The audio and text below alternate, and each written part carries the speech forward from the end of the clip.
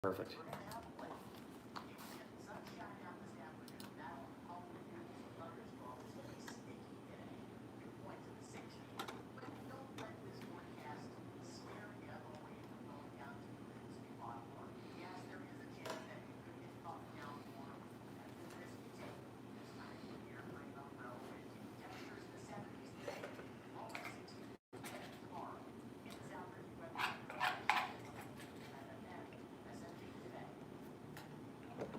Good morning, everyone. Welcome to Sports Talk with Broads on this Saturday morning from SNJ Today Studios. We got the band back together. The band is back together today as we've had some off weeks being on the same page, but here we are, and it's probably the biggest week to have each other here as the Sixers are just something else right now. There's no denying that. I love what I see out of this Sixers squad. And when you take a look at Toronto, it seems like they just have nothing left in the tank. They look defeated. You see Kawhi Leonard on the bench after Game 3 scratching his beard, and maybe even a little teardrop fell from his eyeballs, it looked like. I don't know. Listen, it's 2-1. We're going into Game 4. Obviously, the Raptors know that this is a must-win territory for them because you don't want to go down 3-1. But with the swag and confidence of the Sixers and the out-coaching of Brett Brown, that is right, I said the out-coaching by Brett Brown, the Sixers look like they can get it done tomorrow afternoon. Mike, what are your thoughts here so far on this Sixers run? You hit the nail right on the head. Brett Brown has been... I know they have all the talent. I mean, the Raptors, to me, I thought were a really good team. The series has actually played out exactly how I thought it would in terms of Sixers would lose Game 1, nail-biter toss-up in Game 2, the emotion high of Game 3 being at home would go the Sixers' way. But Brett Brown has amazed me. I thought... I don't know if it's as much Brett Brown or it's as much as of Nick Nurse, who's been feeble in his adjustments. But the Raptors in general have just been underwhelming to me. It seems it's like this. We knew coming into this that they had the deepest bench, they had the deepest roster. But doesn't it seem like if you take Kawhi Leonard out of the mix, they have a little bit of Siakam and then who? And that's it. Yeah, because Danny Green, well, the Raptors fans were saying, listen, it took Danny Green to go 0 for 9 to win the game, and Noah was hitting shots. And then the next game, Danny Green starts 3 for 3 and hits his shot and we still win. There's been times in this series when they shoot, I don't even think there's a chance the ball goes in. Who's that? The Raptors. Oh, I know, yeah. Kyle Lowry was 2 of 10 from the front. Yeah. Lowry's cooked. Yeah, I can't stand him. I can't stand him. He's annoying. Gasol is cooked, right? Danny Green, I guess he'll have his moments. But the other thing that just amazes me is that I cannot believe that Nick Nurse has chosen to use his defensive weapon, which is Kawhi, and stick him on Ben Simmons. I wouldn't. I couldn't believe he's been doing that the entire series. I'm like... That was one thing I said. If you are you wasting Kawhi Leonard on someone who's not that much of an offensive threat? But here's the thing. You take Kawhi off of him, and Ben definitely has an easier... I think Ben's game would open... You would see Ben's game open up way more if Kawhi was off him. Probably. Yeah. But I think if you're going to... If I'm going to have to pick 2 paths to go down, and one path is let Kawhi Leonard... Or let Jimmy Butler beat me, and let...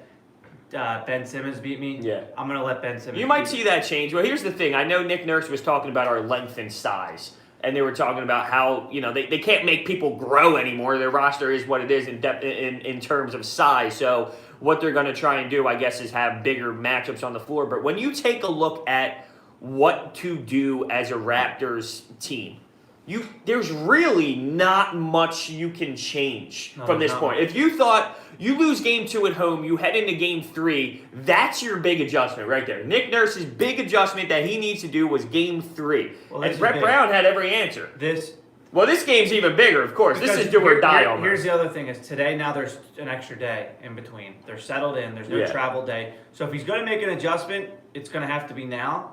I'll tell you this. Him trying to just think that Kawhi can play as many minutes as he's playing and just go full steam ahead and be their offense.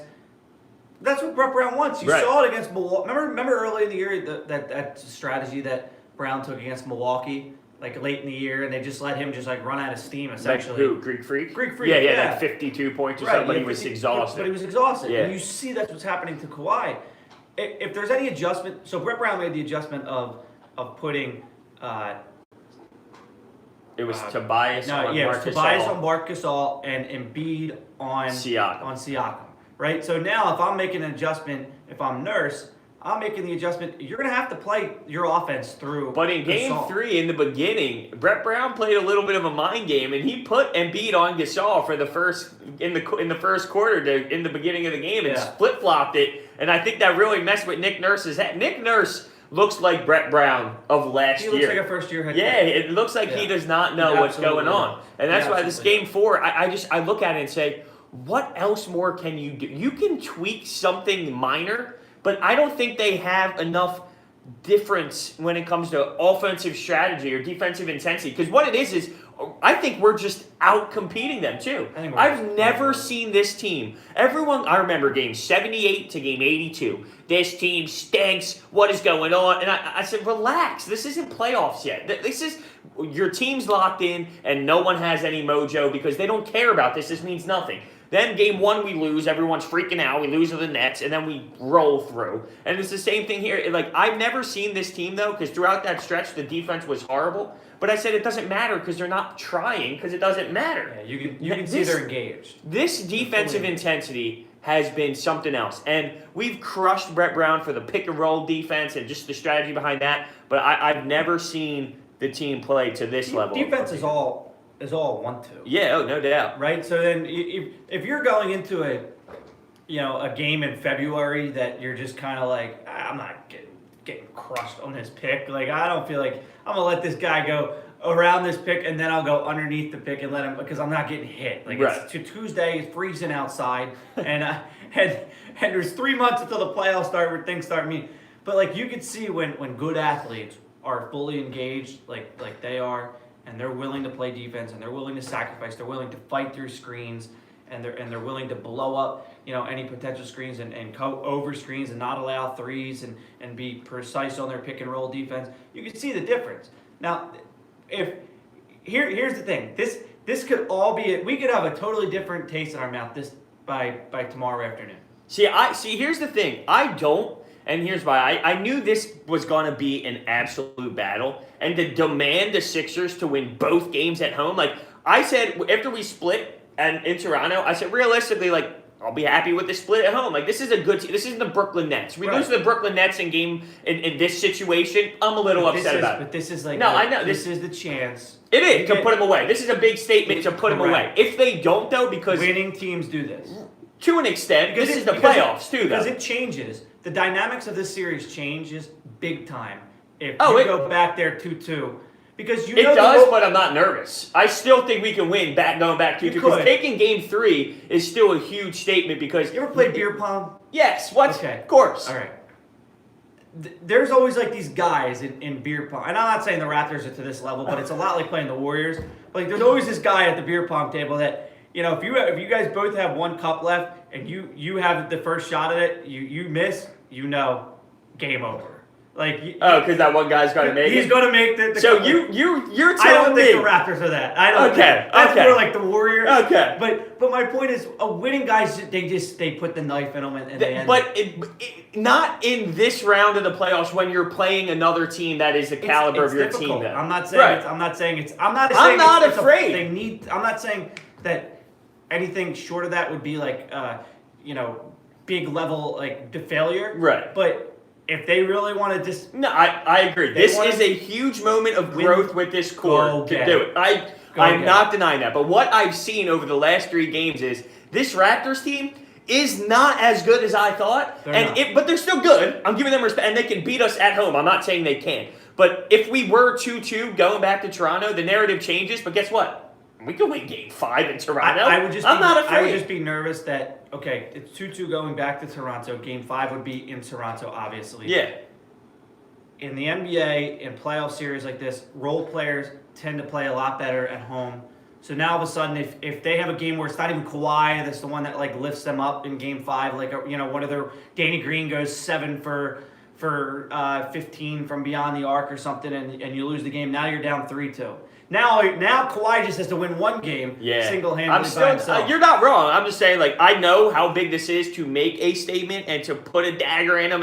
I know it, and I want to see the team take it. But if it is 2-2 go back to Toronto, I still think we win the series.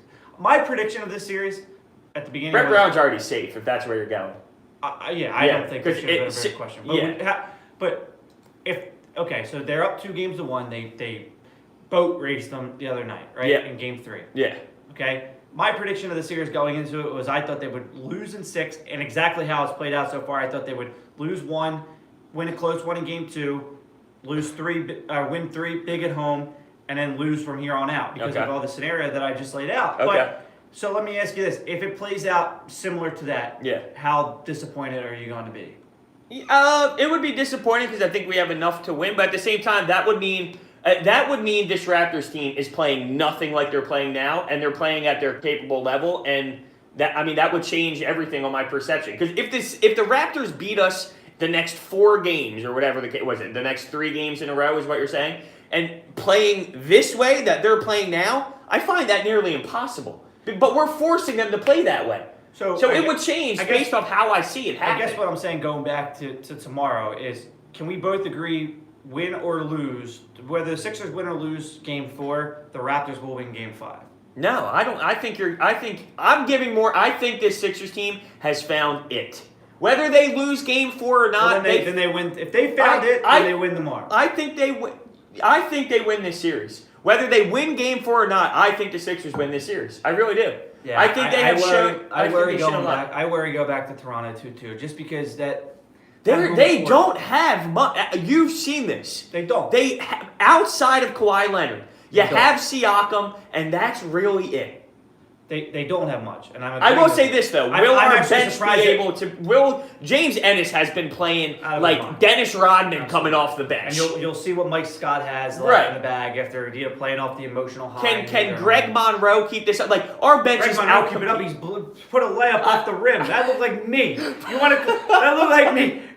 You can ask anybody I've ever played with. I would do that. I did it probably last week in a game like that. That looked like me. But you know what? Greg Monroe has been putting in minutes out of it. We said this with Boban. You know he's 28 years old? No, I did not know that. He looks like he's 100. He looks like 60. Yeah. Wow. All right. But I've said this with Boban in the round 1 series. Like, it's crazy. Isn't it crazy how in the playoffs it's that much different? Boban was torching the Brooklyn Nets. Yeah. And then he comes in and they shot 85% against him. The Raptors did. Like, the matchups mean so much. He doesn't even get a lick of time because he can't. He's just too slow with this matchup. And without Greg Monroe, where would we be? Right. See, Brett Brown has done a tremendous job with the rotations. You don't see T.J. McConnell. What is crazy, though, is it seems like in every series, Brett Brown, Game 1 is just go out there, we'll figure it out, and then from there we'll adjust. It seems like Game 1's just a throwaway game. There's no reason why Furkan Korkmaz should be, but it's to an extreme. It's like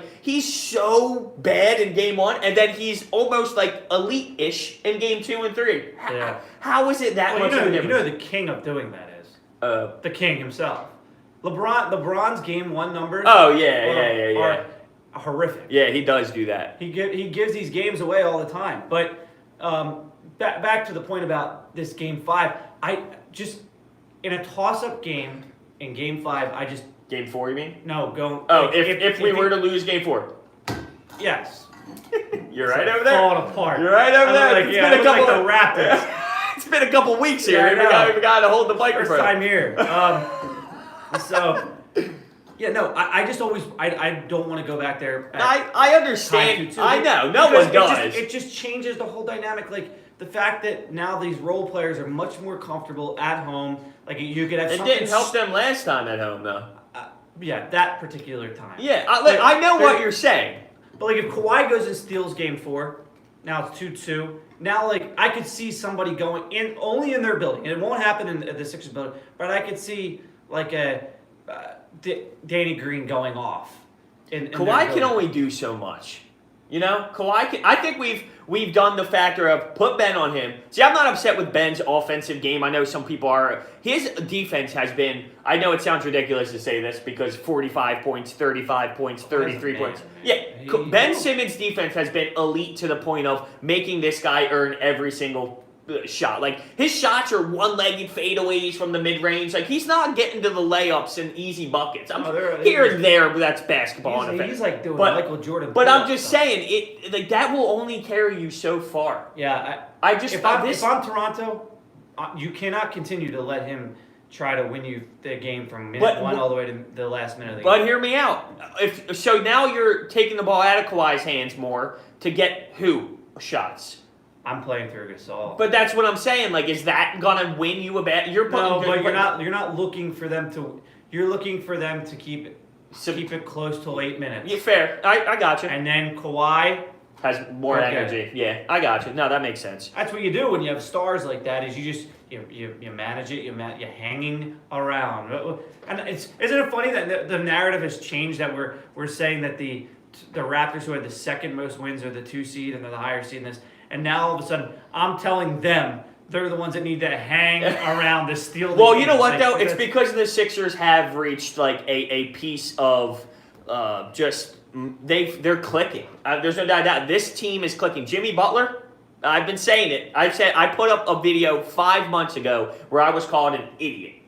Sign Jimmy Butler to a max. All caps, 7 exclamation I'll give it. You personally have been saying that. Yes. There is a lot of people that weren't saying that are now saying that, and I can't like take those people seriously, because like 4 games in a playoff scenario with a guy on a contract year shouldn't change your opinion. It didn't change yours. No, yeah, I said it from the jump. You said it from the jump. Right. I'm not saying. Yeah, I know. I got you. Like, you can't overreact. So you either on like. What he does today and tomorrow should have very little. Right, effect. you should know what Jimmy Butler is right by now. Like, you got to have the whole body, because one day, next year, under MAC contract terms, it's not going to be the playoffs.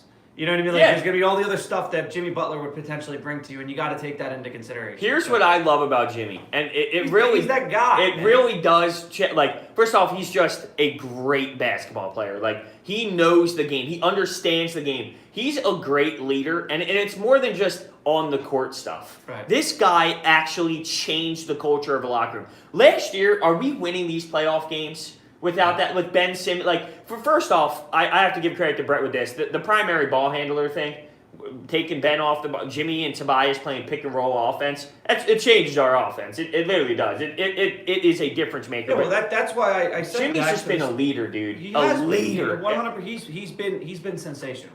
The thing is, the 4-year deal, it's 4 years, 190. Is it 5? 5. It would bring him to 34. Well, so he's 29 now. Right? You would just get the it would be 5 years, 190, and it would bring him to 34. It would bring him to 34. It would be a 5-year contract. He's 29 now. Listen, I would be more skeptical of it if we were bringing him to 38 years old. Right. 34. That's fine. I mean, that's fine. I'm not sitting here saying he's going to be 39 at the end of this contract.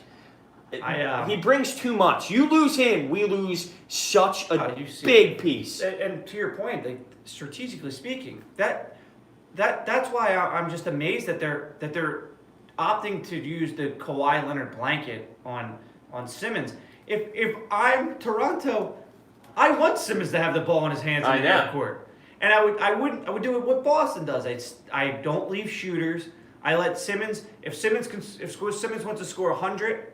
Score 100. But that's the thing. Like, since we're running our offense through other people, how can you just say, like, oh, well, I want Ben to have the ball in his hands? What I would do right away is I eliminate Butler by putting Kawhi on him and say maybe we see that it's over. Like, play 4-on-4. But hear me out. So me and him are just going to stand off to the side. Who would defend Ben at that point? Like, I don't care. It's almost to me an entrapment. Like, well, you could also give the ball to Tobias. Like, that's how scary this offense is. It's crazy because, fine, Ben will do whatever he does, but we'll put Joel Embiid in the post then, and he'll get his bucket on Gasol. Or JJ will come off 7,000 screens and pop a 3. Or Tobias will run a pick and roll with Embiid. There are ways to easily counter Kawhi on Jimmy Butler and Kyle Lowry I would rather. I saw game 2 was unbelievable with what he was doing in big moments. Like I just don't want him to be the one to beat me. That was ridiculous. Game 2 was something special. You know what? We're gonna have to take a break here because I just realized we love the Sixers and ramble for a very long time, as we should.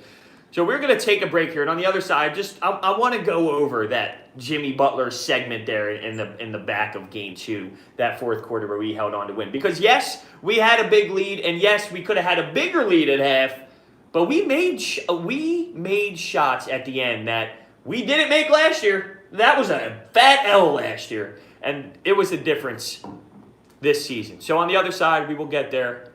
Sixers talk. Oh, stop! This is amazing. I love it. Did you talk draft last week? Yeah, I did.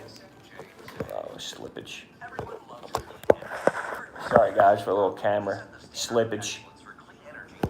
Nope, doesn't want to work with us today. How many people are? 82. That's pretty good. All family. Probably not. Yeah, we talk draft. We could talk draft by the end. I don't know how. I loved it. I mean, did you like the? Are you skeptical of the J.J. Arcega-Whiteside pick? No, I haven't a interesting take on that selection. We could do that at the end, or in the middle, or whatever. I think everyone naturally went to the fact that they think that this is the end of Aguilar. Yeah. Aguilar's staying. I think it could be the end of not this year. Alshon. Yeah, that's what everyone thinks. Only because his contract gets like real expensive, and this is just like $9 million. And they're identical. In what it is that they do. Yeah, I think that is the move. I think they're looking ahead here and. You saved $9 million, but I didn't know other people were talking about. Oh yeah. Under a rock. Yeah. But I started looking. I'm like, well, his skill sets sound very similar. Dude, our red zone threat is going to be ridiculous with Ertz, Alshon, Nelson, this J.J. Arcega-Whiteside. Yeah, it's going to be something else. It's going to be something else. He's going to have a field day with all these guys. What are people saying on the chat? Yeah, what are you guys thinking? How you guys feeling about Game 4 tomorrow? Do the Sixers get the dub? I want to know this. Do you think, if it is 2-2 going back into Toronto, do you feel like me and think we can still get it done? Or do you feel like this bum who's scared? Scared bum over here. I need a dog. I can't believe the camera fell on us.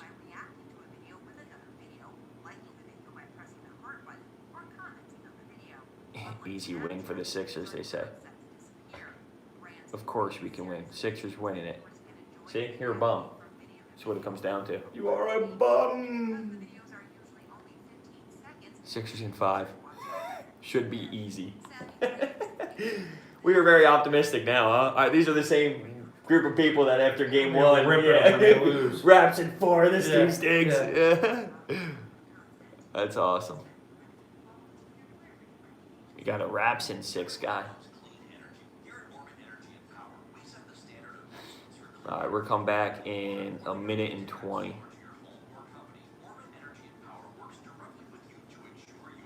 A minute and 20. Yeah, I'm actually going to Philly tonight to see the Jimmy Rollins. Are you? Yeah, my cousin wanted to go, and he had like only a 4-ticket package, so he needed one more guy to go. And I was like, oh yeah, I'll go. A little bit more expensive game than the average, but it's a cool environment. It's going to be a sellout crowd and all. J-roll. Hopefully the weather stays up because it says around 8, 9 o'clock and like supposed to rain? Yeah, a little bit. I mean, I don't think it's anything like too concerning, but all right, we are back in 40.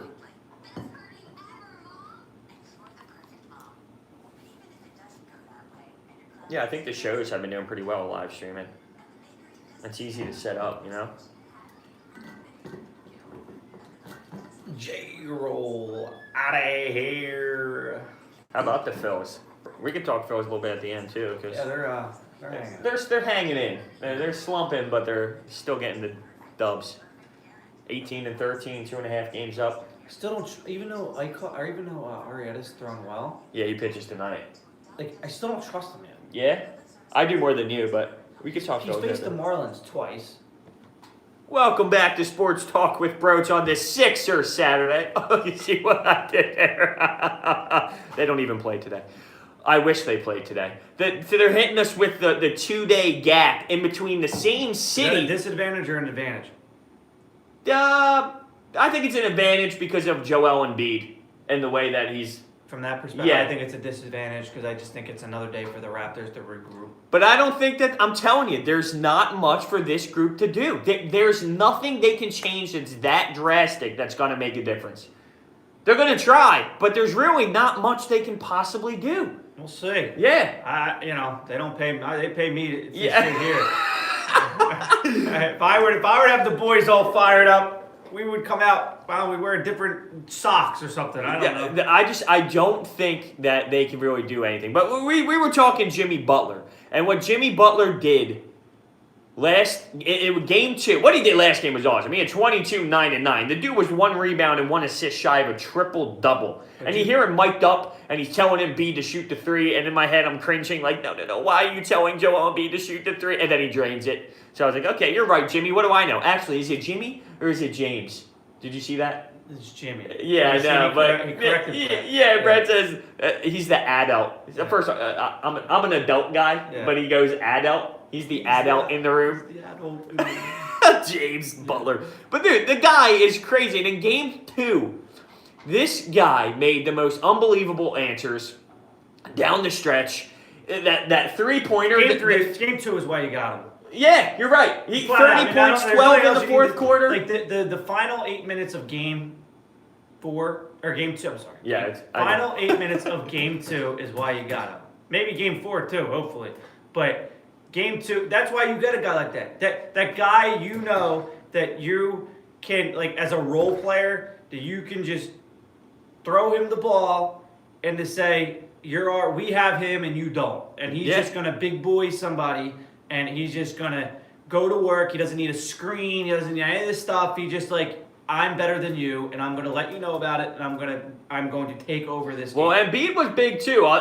This was, Michael Jordan's flu game. This was the poo game for Joel Embiid. And it was terrible. I mean, he had 7 points or whatever the case may be, or 2 of 7 he shot. It was horrendous. But late, he had that Jimmy Butler 3 all came from the hook shot double team in the post. The hook shot pass over to Jimmy Butler. That pass out of that triple team had to be nanoseconds away from being a 3-second call. Oh, yeah, no doubt. And then he had to spin around. Count that in the NBA. I think they might call it like twice a year. How about this? Speaking of that, though, I'm off topic, but this is ridiculous. I went to a 5-year-old basketball game, my girlfriend's family, 5-year-old little pickup basketball game, right? The ref called a 3-second violation. I'm not kidding. And a lane violation on a free throw. And I swear, I promise you, I'm not kidding. Oh my God. And the coach is calling plays. Switch! Going crazy.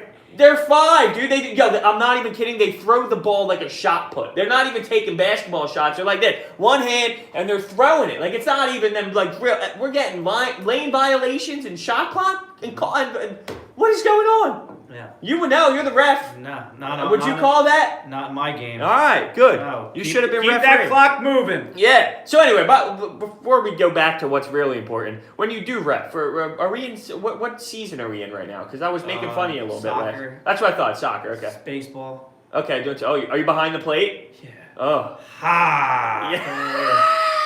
Yeah. You practice the. Oh, and then I pull it back. I let them know. I don't care how old they are. Swing the back, sonny boy. Oh, you got a wide strike zone, do you? No, I didn't know the kind. I tailor it to whatever they do. But when it's strike deep, you pull back and then you come back over the top. And walk back to the fence. And don't throw that back. I am dead. This is unbelievable. We need to do refereeing talk with Broads next week. Oh, man. That's great. Anyway, what's more important in life? This basketball team, and I just can't wait for tomorrow. Anyway, we're all over the place. That's because we're very emotional people about this topic. So we were talking about the 2-day break in between each thing for Sunday. What's ridiculous is, I know they do it for ratings. We have the 2-day break in between the Philadelphia games, and then we go back to Toronto and we play on Tuesday. Bang. So it goes So they only the one day. In between a travel day. Yeah. I don't know why. Yeah, well, ratings. They'd rather have it Sunday afternoon. But do you really think there's a difference in a Sunday 3:30 game than a Saturday 8:30 game? Do you think? I guess it's just a matter of the other games going on? the other series, yeah. I guess, but like who's tonight? The headliner will be the Rockets and the Warriors. And the Warriors. And we'll have to hear about the eye and this and that. Yeah, because you can only put on Saturday. You can't do a Saturday 3:30 game. It doesn't have the same effect as a Sunday 3:30 game. People got a ref. Yeah. I don't know if that's it. What do you mean? People got a ref. Yeah. Oh, stop it. So unreal. But so I just think this game 4, as we bring in the emotions and get back into what really matters here. This game 4 is the biggest game. I want to test this group. This is the common theme for me throughout this entire playoff run was growth of our young players, of Ben Simmons. Like I know what Jimmy Butler can bring. Tobias is a piece that's just there. Like I'm not trying to knock him. Did you expect more out of Tobias, or did you think this is what he is? I kind of had when you don't watch a guy, like I always say this about like Herrera and Franco. Right? When you don't watch a guy every day, but you kind of see his stats from afar, and you're like, that seems like a good player. Why does his teams never win? And why aren't people more attracted to this guy? I kind of had a feeling he was more like this, just like an easy 15 points a night. Yeah. Flies he's got a purpose with this team. Don't get me wrong. He's a difference maker in this team. Him getting if the Sixers were to give him a max contract, which I don't know if they will, because I'm telling you, this is what's going to happen. They're both getting maxes because that's what it's going to take. The luxury tax. But that's what it takes to keep this team together. It's more out of situational than it is because he's deserving of it. Does that make sense? Yeah. But I would say the same with Jimmy Butler though. Like this is the thing. Max contracts have different tiers, but they're the same money. LeBron James, Kevin Durant, Kawhi Leonard, max contracts. Which is why we talk about how it can be.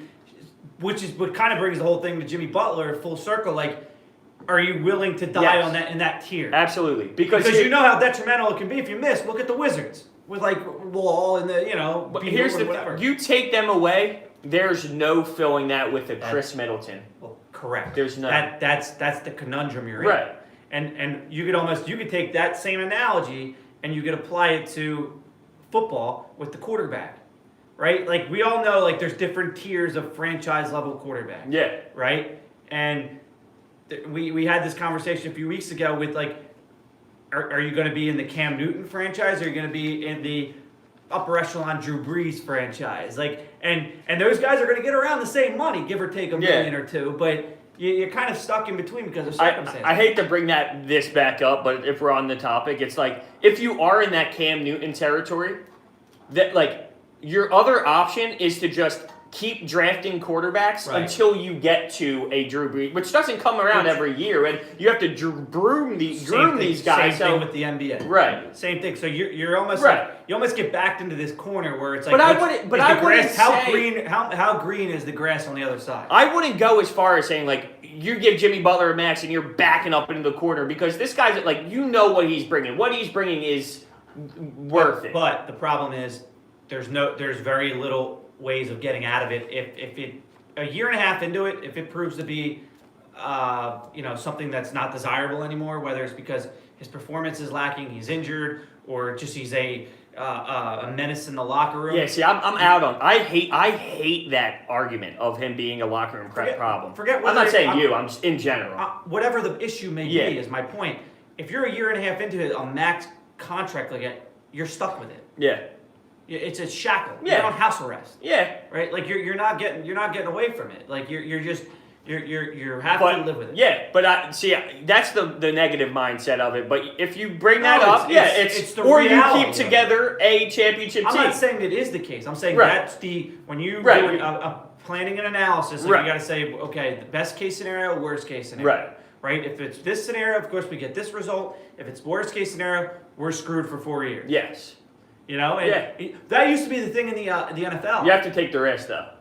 That's how I live. And there you go. And you live and you die with that risk. Yeah. But it used to be that same with the NFL, even worse than it is now when it came to the draft, because what would happen with people like Jamarcus Russell, Sam Bradford changed this whole thing, right? So if you drafted a quarterback in the first or second overall pick, there was no cap on what that guy could make. You would just be giving these guys these contracts that were huge, and you're locked into it. So Right. if you swung and miss on a Jamarcus Russell, your franchise is screwed for 6 years. Yeah. Right. Now it's there's a cap to it, Right. like, where these guys only make like X amount of Couple. dollars. Yeah. Right. So right, it's a right. little more flexibility. Like, well, what's his name? Who's the guy from Arizona that just got traded? Josh Rosen. Yeah. They wouldn't have been able to do that Right. 5 years ago. Right. Or probably a little more than that. But like back when Bradford got drafted, maybe 2010, 11, like they wouldn't have been able to just move on Right. from him because the contract would have been too big. No, that makes sense. But yeah, no, I'm taking the hit. I'm keeping this 4 together because this 4, and JJ is, you got to figure it out what JJ's role is going to be moving down the line. But this 4 has a legitimate chance in a 3-year window, I'd say. 3-4 year window if they stay together to actually make something happen. And I'm not using it as an excuse, their lack of time being played, but imagine an 82-game season with this team being played. Yeah. It's a difference. Here's another thing that the window's there with the Sixers is I think if you're being completely honest with yourself, Yeah. you do realize there's a shelf life to Joel Embiid playing at a high level. Right, and that's why I'm saying that's why this window right now is right now. Because in 4 or 5 years, We don't what's know. Joel We Embiid? don't Does he have his legs? That's Right. what I'm saying. Like, Yeah, does exactly. he eat in 7,000 Chick-fil-A sandwiches? Oh boy, 8,000 milkshakes? Yeah. You just don't know. So you're right. You are absolutely right on that. So now that we're just literally all over the place. Off the rails. Yeah, That but that's not a bad thing. It only took a half hour. Yeah, well, listen, you're passionate about it. So we're tie it once again back into Game 4 on Sunday afternoon, and I think the atmosphere is going to play a big factor in it. I think, I really do. I have a gut feeling that The Sixers real are gonna question win. is who's gonna ring the bell? Well, odd bell ringing. I think last you game. probably were thrilled. I thought that was weird. Yeah. You could have done way better than what we went out there with. Like they might as well just have Gritty come out and ring the bell. Listen, you know what? This sucks, but there's nothing wrong with an Allen Iverson. Allen Iverson is God. better than JVR. I hate you. You know. Yeah. How great were those pictures, though? You had Zach Ertz, Deshaun Jackson, Alshon Jeffrey. Him and Deshaun Jackson sitting there courtside, they probably sucked that place dry of alcohol. Well, I want to bring this up because I love how, once again, we're already derailed off bringing it back to Game 4, but listen, it's good conversation. Here's something that Mikey Miss brought up, and I want to get your take on it. Is Philadelphia, should those guys be front row? This is a huge, are they front row people? No. You go to a Lakers playoff game, who's sitting front row? Jack. We need Jack, Denzel. Do we need does Bradley Cooper, a big Sixers guy or Eagles guy? Does he need to be front? Where are the stars in the city? Put me there. I got a radio show. Is that the referee from my kid's game? That's great. But no, I think that is what is good about. It's not Woody Allen sitting there. It's not Right. Spike Lee. It's certainly not. It's not on that level. I think that is what is great about Philadelphia. Doesn't that define us? We're a little bit. we're kind kind of we're not that level, but we're that. We're next sport. level down. And we love our sports. Right. Our sports fans are what get us going. Yeah. Our sports fans. Deshaun Jackson coming back, sitting. I heard a good name to ring the bell, and it would never happen in a million years. Scott Hinkie, Sam Hinkie. That would be hilarious. No shot. It's too soon. It would never happen. I know. It would never happen. It would be hilarious. Yeah, I don't know. I mean, you can never go wrong with AI. The place goes electric for AI. I'm not even watching the game of AI. Right? Well, you better get ready because I don't know who else they're going to bring. Are they going to bring Elaine Vigneault, the head coach of the Flyers? Oh boy. I'd rather see Kelsey ring the bell. Yeah, Elaine Vigneault comes out. People are like, who? Who?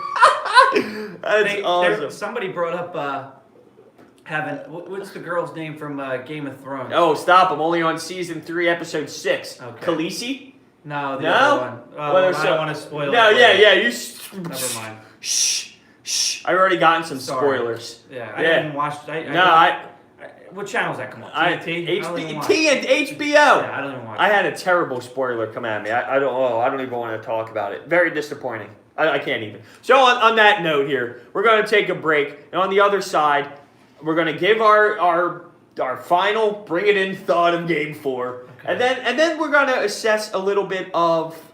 I want to get your assessment on the Eagles draft because we never got a chance to do that. And just a quick little how do you do with the Phils on our last segment.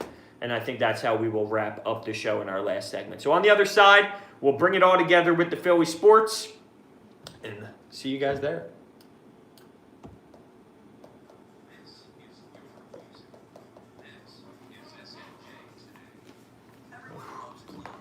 Unreal. So what time does the break go till? Whenever I feel like it. Go to the. Oh, it's so crazy. Like some days I'll have 50 commercials on here, and like the next week we'll have like 12. I don't know. I don't know either. But I'm just saying, like Sometimes I honestly. we could let this run until the final You commercial. can run for another 10 minutes, right? Well, we have. Hold on. Now I'm counting. We have 2, 3. We have about a 4-minute break, and then we can just run until the 11. Well, the next thing that comes up is that a song? No.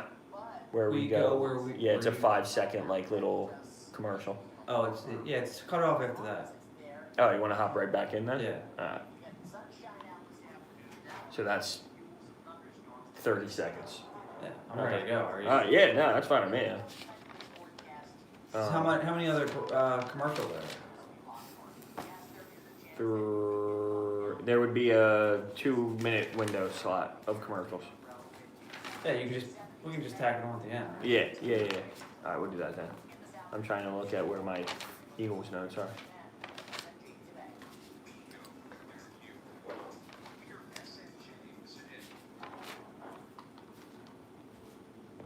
A nice little quick break.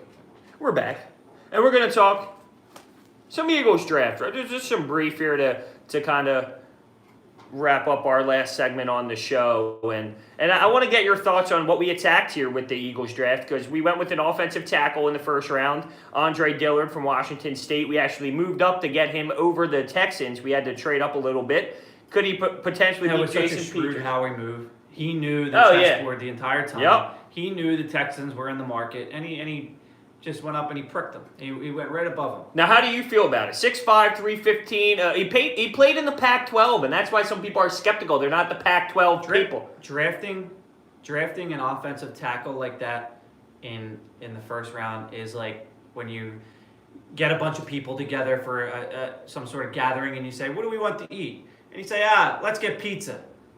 Drafting an offensive lineman like that in the first round is like getting pizza and salad and everybody's satisfied. It's the right thing to do. Yeah, it is. It is. Is he going to play this year, though, at all? Are we going to hop him into a guard spot and let him play left? Because who's in there? Sayamalu? And, is he going to play left guard and then move to left tackle? I don't think so. But see, that's what the beauty. I think the way Howie set this up going into this year was unbelievable, because he was in such a position where he could truly draft by best player available, that he didn't have to draft by need, because they didn't really have any immediate holes that they needed to fill from a starter standpoint. So he could go out and draft somebody that wouldn't necessarily play this year but could play the following year, and it would actually bear better fruits of the labor, because it's more likely you're going to hit a home run on it for a decade than try to hit that instant gratification of just trying to fill a spot where, because I need a safety, and you overreach for somebody as safety who might not be qualified at that position. Yeah, no, that's fair. I'm completely okay. I love the move. He only gave up 49 total pressures and 2,400 pass blocks. And dude, Mike Leach and those guys at Washington State, chuck it. Oh, I know. But play. that's his knock. He's not a good run blocker, so that's the big knock on him. He's got short arms. People are you know how the NFL is, short arms. Might not lead to a good left tackle. He only gave up 3 sacks in the last 2 years, which was over 1,500 pass block snaps. But was he going up against elite pass rushers? Is everyone's argument? Well, maybe, but from everybody's, he's a low ceiling or a low floor, high ceiling guy. Yeah, safe bet. Yeah, right. Pizza and salad. Well, they say he's not gonna overpower. He's not gonna drive people into the ground and run them over. He's just gonna do his job. He's gonna get in between and make sure the quarterback doesn't get it. You have him, Johnson, right? Yeah. And Kelsey's not gonna be there much longer. He was on the record. Now two years, I bet max. Yeah, Kelsey's not gonna be there much max. longer. So you have him.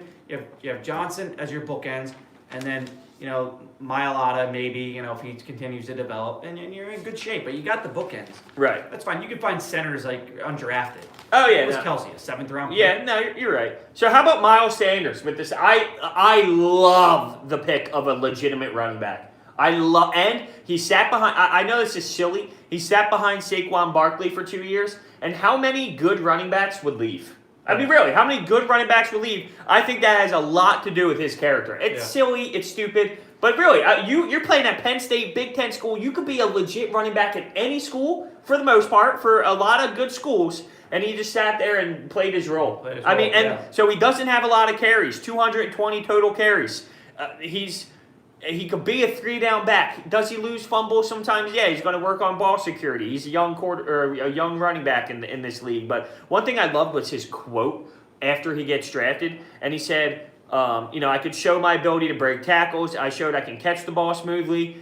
One thing he's mentioned is I can block for my quarterback.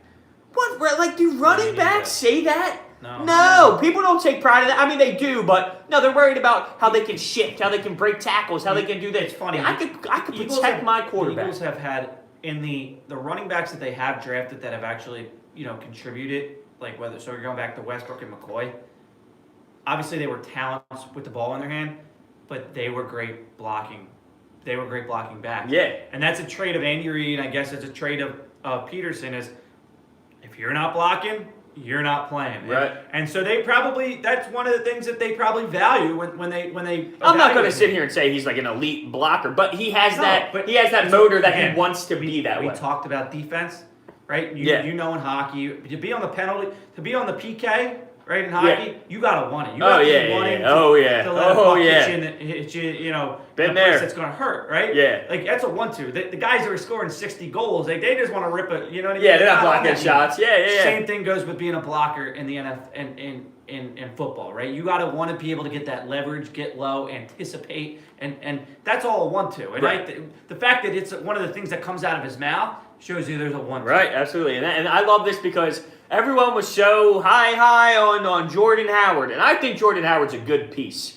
But people expected him to be 2016 Jordan Howard, and I wasn't loving that. No. This adds value to him because now he's not that ultimate go-to guy. Like I think he's a good player. I'm not trying to sit here and knock Jordan Howard. He's going to add to this team. He's going to add to the running back core. But I think people expect him to be Jay Ajayi. I'm sorry, but Jordan Howard's not going to be that player. No. So adding Miles Sanders to this group of Howard, Clement, him, it's going to be great. The Eagles are always. It's a committee, but now you actually have a back that can be. I'm not going to compare him to him all around, but could you imagine LaShawn McCoy with Jordan Howard and Corey Clement? Like that, it could be to that extent. With Miles Sanders at some point, not this year. At some point, it's a good pick. I think it's a need. It was a need, but it also wasn't something that they desperately needed. I was not in that camp, but it was the right where they were in the board. It was the right pick at the right time. Yes, and then we go to our second round pick, J.J. Arcega-Whiteside, and I think the kid is going to be great. I think he's got talent. The way he boxes out people, the hands. We talked about this. It looks like Alshon Jeffrey 2.0. My only concern with the pick has nothing to do with this kid's talent. I think this kid has talent and will be successful and will be a red zone threat for this team.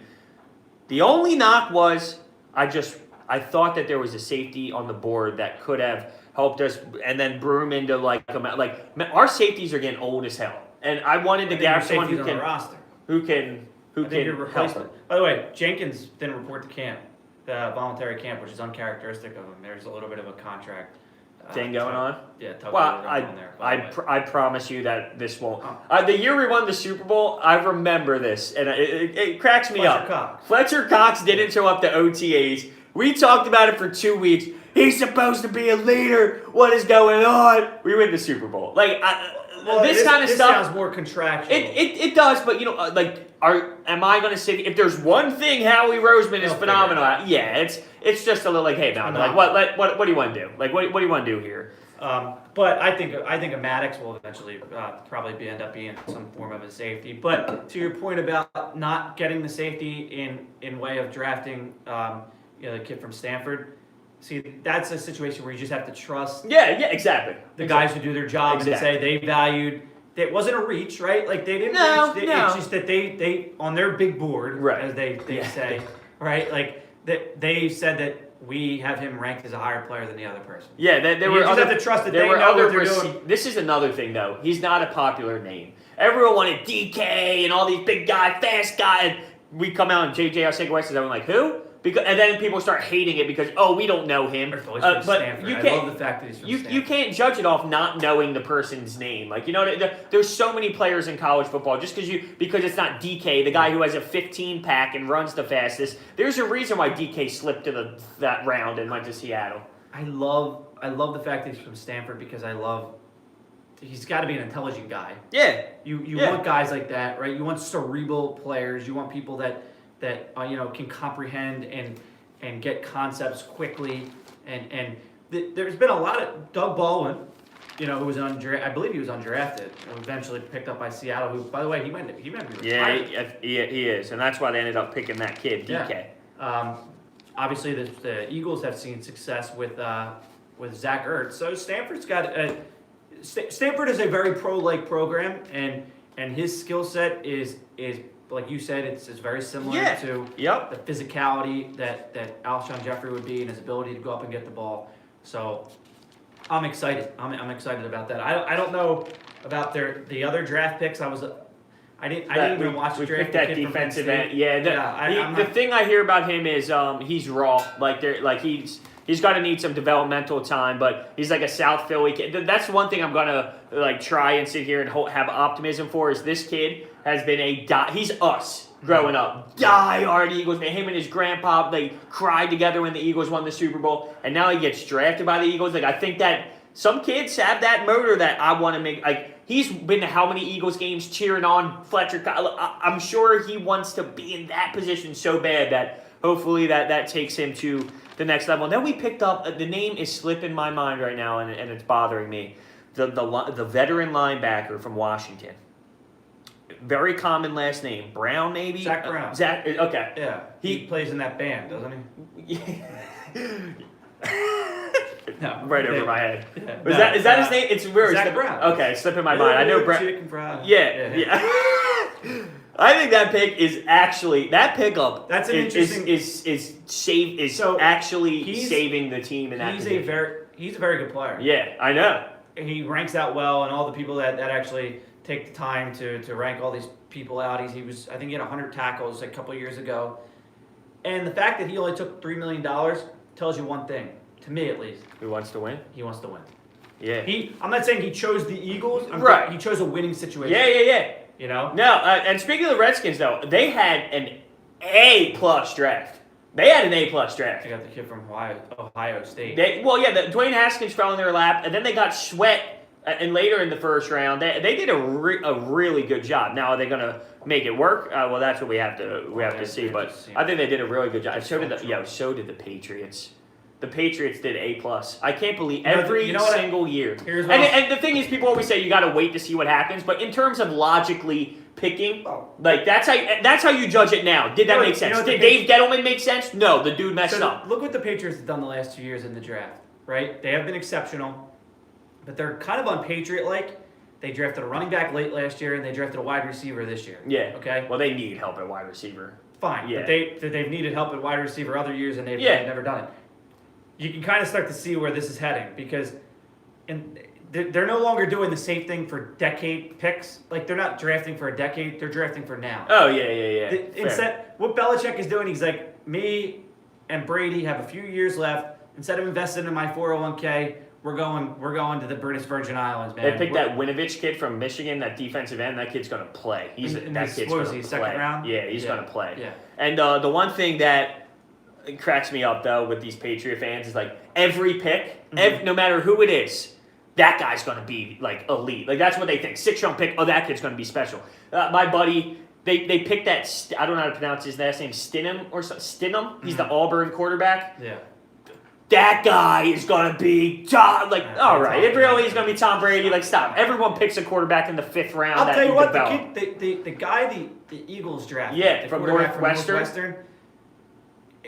Might be better than Daniel Jones. First of all, dude, I'm not going to sit here and tell you I'm a quarterback guru or anything like that, but that kid has bust all over him. The issue wasn't the pick; it was where the pick was. Yeah, and here's why. Because here's how my mind works. Okay, here's a pocket passer, a perennial pocket passer, right? That has the physical looks of a guy that like everyone goes nuts over, and the guy drops in the draft. And you know what I'm saying? Like, Yeah. He's like normally a guy like that like skyrocket because the way the NFL works around the draft, like guys like that normally just like, It was that Lock guy, Drew Lock. He was the spark. all of a sudden, Yeah. he never for him not to get that run Right.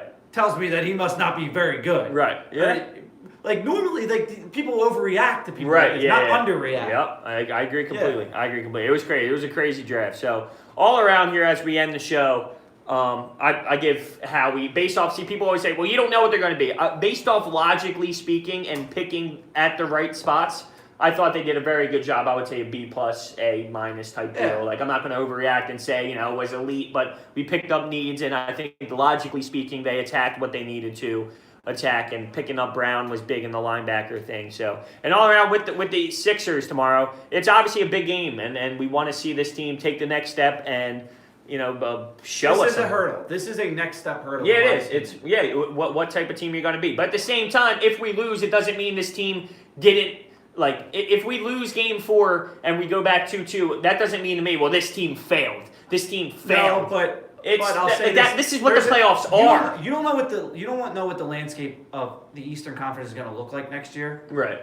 This is an opportunity. Yeah, it is. And like, it's a similar. When we were in the third quarter, we were up 18, and the lead went to 11, and went to 12. And I was live streaming with my fans on YouTube, like, here we go, we're blowing the lead. And I'm like, this is This is the playoffs. This is basketball. Do you expect the Raptors to just die? No, they're going to make a run. Absolutely. That's how I look at this. This is the playoffs. You don't win 4 and 5 games in every series. Right. At the same time, I want them to take this game, but I realize that this is a good playoff series. The Raptors are a good team, even though they have flaws. And if it goes 2-2 back to Toronto, I sit here and I say, okay, let's make it happen. Let's respond. Because the way I look at it, the landscape in the East could change if Durant leaves and he goes to New York or something. Yeah, no, it can't. You're right. You know what I mean? Like Kevin Durant on the Knicks alone. I mean, so much can happen, but I still take my 4 over Kevin Durant on the Knicks. What if Kyrie? No, you're right. Yeah, you're right. You know what I'm saying? But then Boston's not as good. And now, am I afraid of Boston? And flip-flop. Kevin Durant's playing at such a high level right now. I'm way more scared of Kyrie and KD than I am the Celtics. Right. No doubt. Right. But we'll just have to wait and see. So with that being said, we finally got the band back together. Yes, we did. We finally got the band back together. And it was nice. It was nice to see that. So we will be back next Saturday, and hopefully by then we advance to the next round. Oh, maybe. Uh-oh. Maybe not. See you guys then, and enjoy your week. Enjoy the Phillies as they have some games coming up, a tough stretch coming up, if you will. We actually hit the road after this Nats series. 18-13, 2.5 games up on the Mets, which is exciting. Enjoy the week, and we will be back next Saturday.